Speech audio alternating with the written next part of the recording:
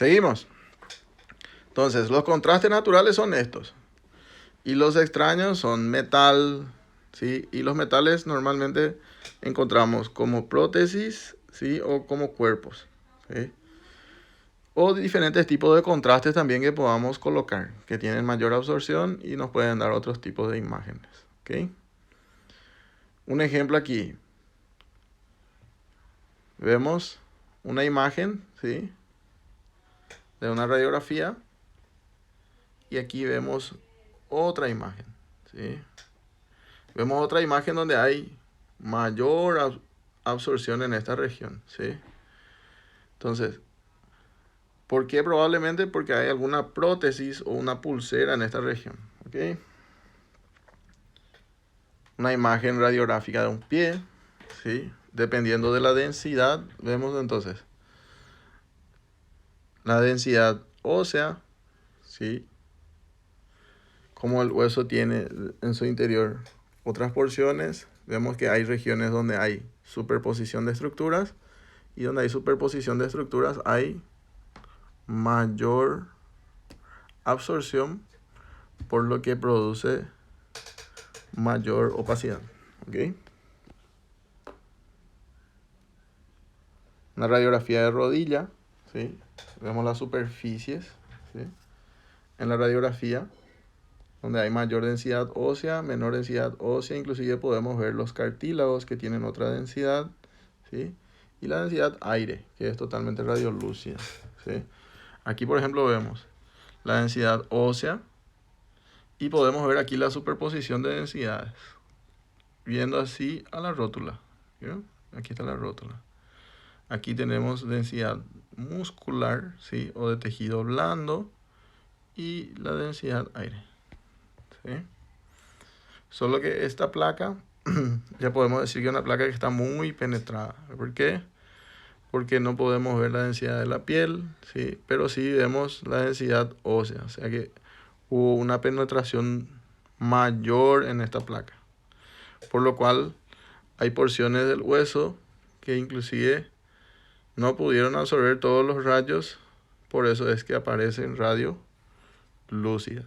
Esta placa no es una buena placa. ¿Por qué? Porque está muy penetrada. Yo no puedo ver todas las estructuras, ¿sí?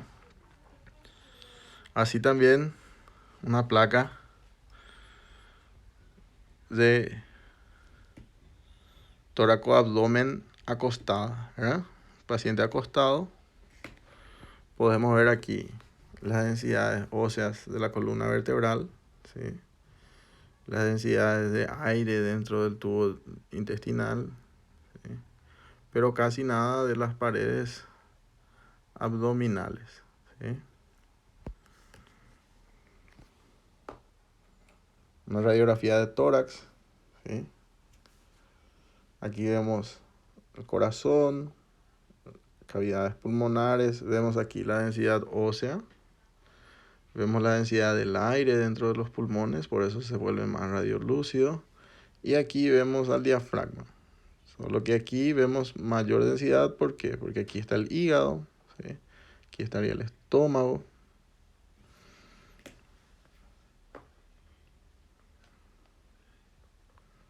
Ahí, esta sería una radiografía anterior y esa es una radiografía lateral de tórax, ¿sí? Inclusive hay una densidad aquí que aparece en la radiografía de tórax femenina, que es la densidad de las glándulas mamarias, ¿sí? Suele aparecer también.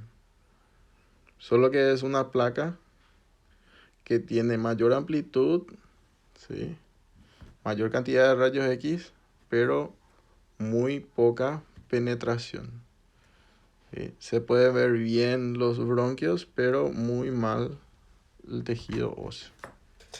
Dependiendo de qué vamos a visualizar o lo que necesitamos visualizar, entonces podemos modificar también la intensidad y la potencia, ¿ok?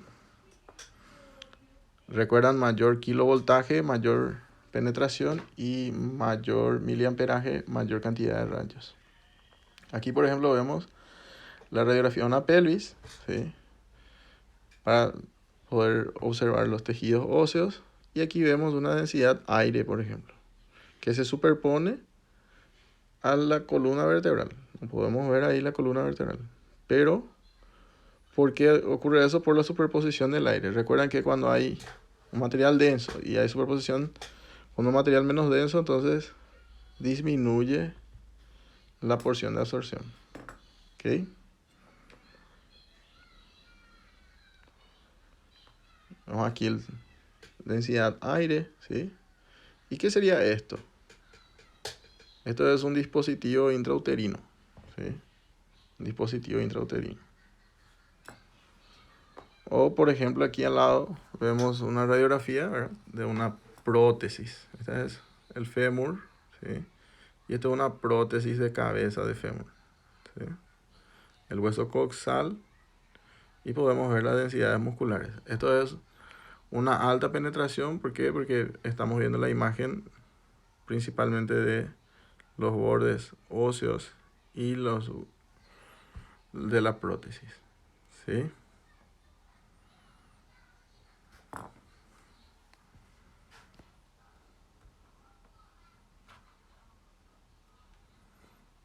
Y vamos a ver algunas imágenes que se utilizan también, rayos X. Ejemplo, la mamografía, ¿sí? La mamografía, por ser un tejido, por presentar diferentes tejidos, tiene dos patrones la mama. La mama tiene un tejido glandular, ¿sí?, que es este, que se encarga de producir los conductos galactóforos, ¿sí?, y luego al pezón. Pero entre esas porciones alveolares existe una porción de tejido graso, ¿sí? Esa porción de tejido graso queda entre el tejido alveolar, entonces hace que tenga una diferente densidad de la mama, ¿sí? Esto es una mamografía. Aquí vemos la densidad de la piel, la densidad del tejido alveolar y del tejido graso. Entonces, como vemos en la mamografía, las prótesis de esta manera, ¿sí? Las prótesis son más radioopacas y aparecen de esta manera en una mamografía, ¿sí?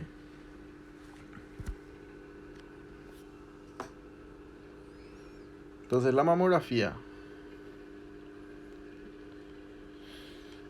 los contrastes de uso médico, los contrastes positivos son los sulfatos de barios, ¿sí?, las sales iodadas, y los negativos, los contrastes negativos que hacen que la placa se vea más radiolúcida, son aires o gases inespecíficos, como el CO2.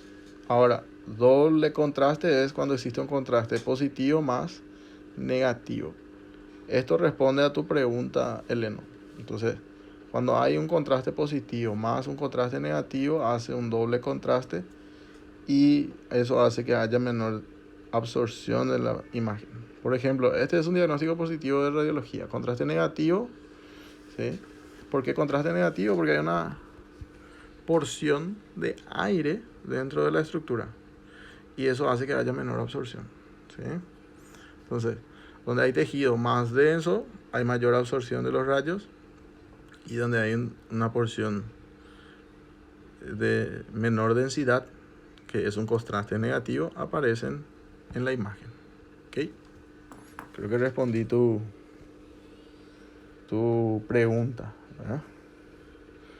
Esta, por ejemplo, es una neumocistografía, ¿sí?, tejido pulmonar. Ahí vemos, ¿sí?, el contraste o la porción del contraste negativo. Normalmente, contraste negativo dijimos que son aire o gases inespecíficos como el CO2.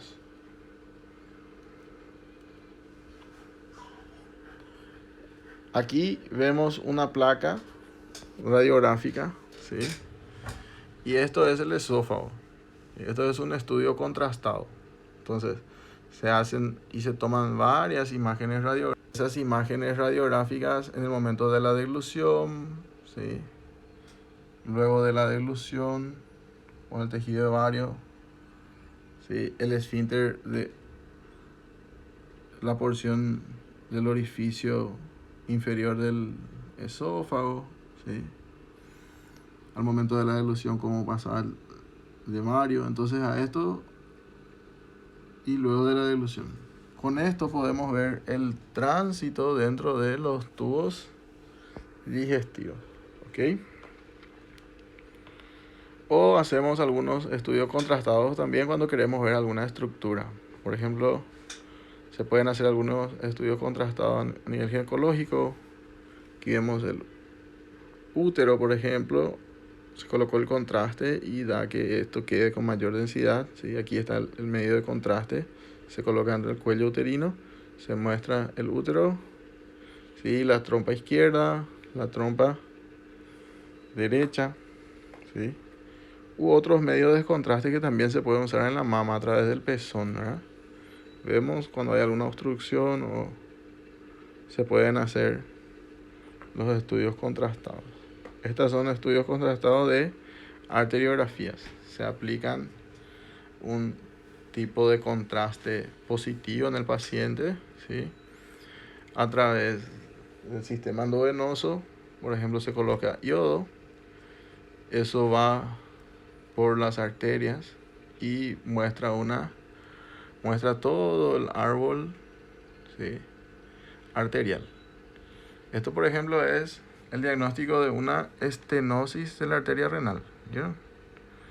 Aquí está la arteria abdominal, la arteria renal, y aquí vemos una estenosis, que es la disminución del calibre de la arteria renal, ¿sí? El diagnóstico por imágenes del aparato urinario se utiliza en la angiografía, ¿sí? O la aortografía.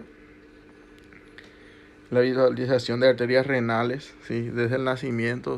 La estenosis de arterias renales son una causa muy frecuente de hipertensión arterial, inclusive en la hipertensión arterial maligna, ¿sí? Se pueden realizar arteriografías también donde haya sospecha de aneurismas, ¿sí? Se puede hacer arteriografía de la porción, esto es un cráneo, ¿sí? Esta es una arteriografía de la carótida derecha, ¿sí? Y normalmente miramos ahí si hay alguna aneurisma o dilatación o si hay también alguna estenosis. A nivel de la vesícula también se pueden hacer algunas de la vesícula urinaria se pueden hacer estudios de contraste, ¿sí? Se coloca a nivel endovenoso también y el paciente luego empieza a orinar el contraste, entonces va mostrando toda la porción de las vías urinarias. Esto es una vejiga, ¿verdad? Y aquí vemos, por ejemplo, la uretra, ¿sí? Esto sería el flujo miccional del paciente. A esto es lo que llamamos anatomía, radiología funcional, ¿sí? Podemos ver la funcionalidad renal, la funcionalidad de las vías urinarias del paciente, ¿ok? Y aquí vemos diferentes densidades, ¿sí?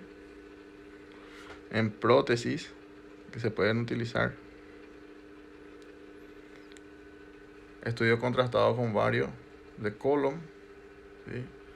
Se puede ver la porción colónica con el contraste. Aquí es doble contraste. Se utilizó un contraste endovenoso para poder mostrar las paredes del tejido digestivo y también se utilizó un contraste por vía oral. En el caso suele ser sulfato de bario. Esto es un estudio de doble contraste, ¿sí? Dos tipos de contraste se utilizaron para poder producir esa imagen. Miren qué magnífica la imagen radiológica, ¿sí? Para el estudio del ángulo esplénico o tránsito intestinal, ¿sí? Ciego. Esto es ciego. Ángulo hepático del colon, ¿sí? Esto es una uretroradiografía, ¿verdad? Es la porción funcional. Aquí se empiezan a producir, el paciente empieza a orinar, por decir así, el contraste, y empiezan a aparecer las imágenes, ¿sí? Aquí vemos los cálices renales, por donde se empieza a producir la orina, la pelvis renal, y el uréter. Vemos todo el uréter. Cuando llegue a la vejiga también va a aparecer la vejiga con el material de contraste, ¿sí? Aquí, por ejemplo, el riñón izquierdo, ¿sí? Y esta imagen es muy interesante porque a veces en algunos pacientes encontramos una imagen así en el riñón, con esta forma. Y es un cálculo gigante que se llama cálculo coraliforme, que toma toda la pelvis y se produce por oxalato de calcio, ¿sí? Es un cálculo gigante. Eso se opera o se rompe por litotripsia. Aquí, por ejemplo, tenemos una imagen donde se aplicó contraste y podemos ver el estrechamiento del uréter. ¿Por culpa de quién? Por culpa de una porción más densa, que es un cálculo, ¿sí? Este es un cálculo o una litiasis, ¿sí? A nivel de las vías urinarias. ¿Cómo se ve muchas veces en la placa? Se ve así. Solo que los cálculos tienen que ser mayores a 5 milímetros para que podamos distinguir de buena manera, ¿vieron? Este es el uréter izquierdo, ¿sí? Y aquí está el cálculo, en la zona de estrechamiento, ¿sí? O sea, una zona de estrechamiento del uréter. Entonces, la patología convencional, cuando indicamos una radiografía, la radiografía es el método más utilizado como primera imagen. Lo primero que solicitamos es una radiografía para poder tener una idea de la patología. Entonces, en el tórax se usa como imagen inicial de diagnóstico. Huesos en traumatología, abdomen en urgencias para poder ver si hay fracturas, si hay trauma, cuerpos extraños metabólicos, en la radioscopía, en estudios funcionales y principalmente en los estudios contrastados, ¿sí? En los estudios digestivos altos y bajos, en las angiografías, cateterismos y estudios del árbol urinario, así como estuvimos viendo. Entonces, ¿cuáles son las desventajas de la radiología convencional? ¿Sí? Las desventajas de la radiología convencional son las limitaciones en niños y embarazadas, ¿sí? Porque no lo podemos usar. ¿Por qué? Por ser ondas electromagnéticas y ser rayos ionizantes. No define muy bien partes blandas, no define músculos, cartílagos, órganos abdominales, pero sí define muy bien las densidades óseas. Puede haber superposición de imágenes, ¿sí? Todo en un solo plano, y ahí no podemos distinguir los diferentes órganos. Las estructuras se definen por conocimiento de la anatomía, ¿sí? Entonces es primordial en imágenes el conocimiento de anatomía. Y la utilización de contrastes. Los pacientes pueden producir reacciones adversas al contraste y pueden producir un shock anafiláctico, ¿sí? Desde ya, muchas gracias. Espero les haya gustado la clase y estamos a las órdenes cualquier cosita.